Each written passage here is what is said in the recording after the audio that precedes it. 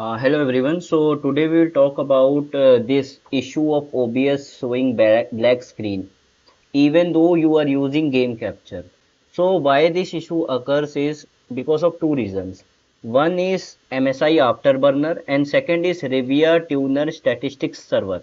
That's what I found. These two softwares messes with OBS in some way that it does not capture game and shows this black screen. So if you delete these two apps, if you uninstall these two apps, MSI Afterburner and Revia Tuner Static Server, your game capture will work. I will show you. So this fix worked for me. See, now, now my game capture works. So if you want to fix it, fix OBS black screen, especially game capture, delete MSI Afterburner and Revia Tuner Static Server, and then restart your laptop and then see whether it works or not. It worked for me. And if this helps, do subscribe the channel. Thank you.